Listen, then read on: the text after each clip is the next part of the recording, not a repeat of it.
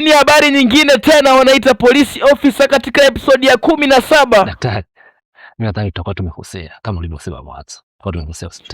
Bwana, tumekuwa tukipokea comment nyingi sana zikidai episode ya 17 katika filamu wanayoita Police Officer, wanadai muendelezo. Na sisi tumeenda kuangalia makosa ambayo yalikuwa yametokea katika episode ya 16, kabla haijatoka 17. Tupo hapo kuangalia makosa ambayo yalikuwa yametokea katika episode ya 16 guys. Wenda wengi mmeangalia na ilikuwa ni kali sana, ila mjagundua kuna makosa mengi ambayo yalikuwa yametokea, wengi hamkuyafahamu kabisa. Twende moja kwa moja tukaangalie kosa la kwanza ambalo lilikuwa limetokea katika episode ya 16. Pepe, mnafahamiana? Okay guys, kosa la kwanza limepatikana hapa pale ambapo mgonjwa wetu Simon yupo anafanyiwa operation. Hapa hiki ndio chumba cha kufanyia operation na daktari yupo anafanya operation. Lakini tukiangalia mtu anayemfanyia operation, yani amejifunika shuka pote, eneo la kidonda kote, lakini yeye anafanya operation. Je, hapa anamchoma nani? Na huo operation anafanya operation yani ndani ya shuka, yani amejifunika shuka kote, hakuna eneo la kidonda, lakini huyu daktari yupo anafanya operation hapa.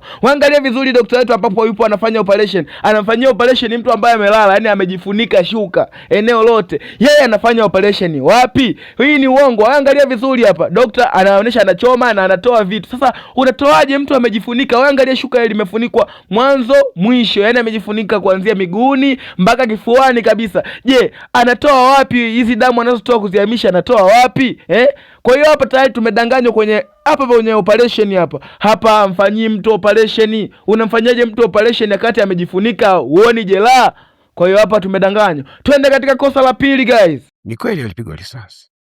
Kosa la pili guys na hapa hospitali. Kwa nini nasema kosa la hapa hospitali? Ni eneo la mapokezi, eneo ambalo ndugu zetu walikuwa wamekaa, yani kuonesha ni eneo la mapokezi. Wamepokewa na wapo eneo la mapokezi wakisubiri mgonjwa. Sio eneo rafiki na sio eneo ambalo la mapokezi. Hii ni sebule, lakini wao wameact kusema hapa ni eneo la mapokezi. Kwa hiyo hapa tumedanganywa katika eneo la mapokezi. Kivipi nasema tumedanganywa? Eneo la mapokezi angalia lilivyo. Hii ni sebule. Najua najiuliza nasema sebule kwa sababu gani? Ukiangalia ili eneo ambalo wamekaa na vitu walivyokalia na meza iliyopo mbele hapa.